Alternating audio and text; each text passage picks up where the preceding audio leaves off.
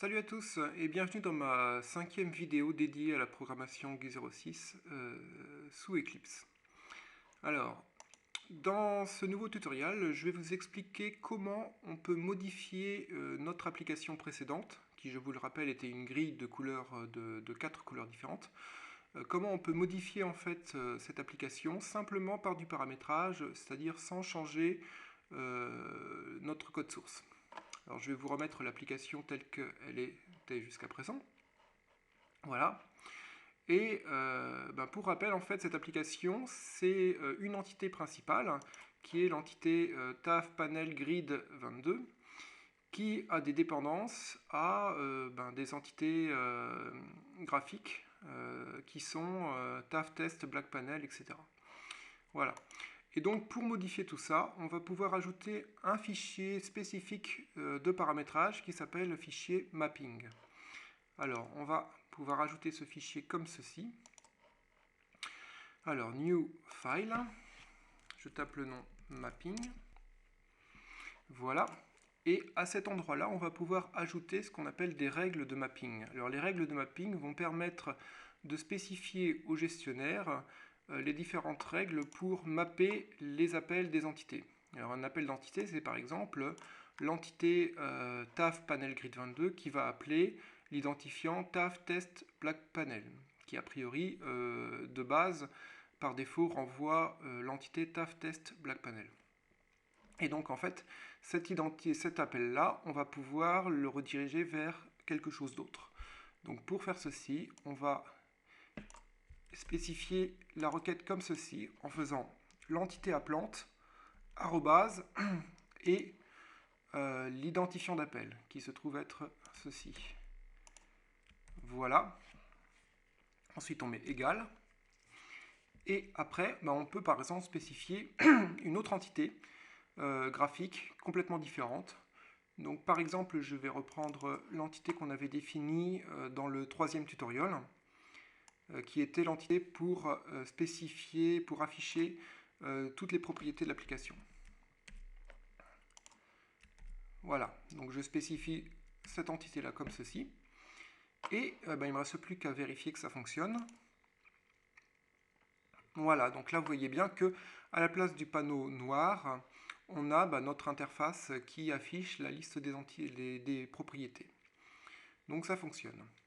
Alors après, on va voir un cas de figure un peu plus compliqué, c'est le cas de figure où on veut utiliser plusieurs fois la même entité. C'est-à-dire que par exemple, je peux vouloir afficher cette entité-là plusieurs fois, ou par exemple simplement dire je vais afficher plusieurs fois par exemple le panneau rouge. Alors si par exemple je voulais afficher le panneau rouge à la place du panneau noir tout en gardant ici le panneau rouge, normalement je devrais pouvoir ici prendre le nom de l'entité qui m'intéresse et le spécifier ici.